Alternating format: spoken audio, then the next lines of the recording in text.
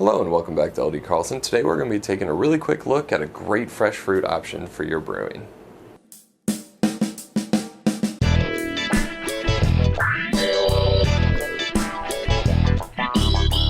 Hello and welcome back to LD Carlson. I'm Travis Sessions, part of the LD Carlson education team, and today we're going to take a really quick look at the Brewers Orchard Fruit Purees.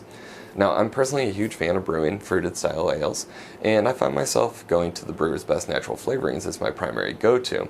However, more recently I have been using a lot of purees because at the end of the day, why shouldn't I use what the pros are using? So let's talk about what makes this so popular in the professional brewing segment. To start, they're 100% natural, fresh, never frozen fruit that's packaged, not concentrated, preservative-free, pasteurized so we don't have to worry about the typical pitfalls of using fresh fruit, which is mostly bacteria, wild yeast, underripe, overripe, things of that nature.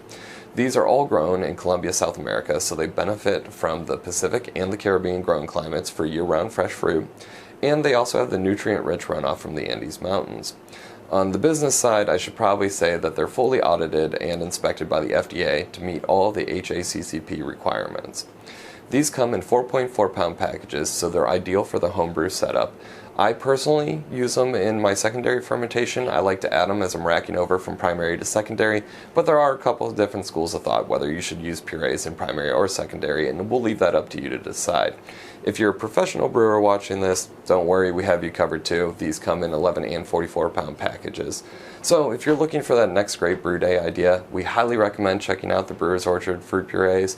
They are 100% natural, real fresh fruit, never frozen, so fantastic for that next brew day idea. As always, please don't hesitate to click like and subscribe, and thank you for checking us out here at LD Carlson. We'll see you next time. Cheers.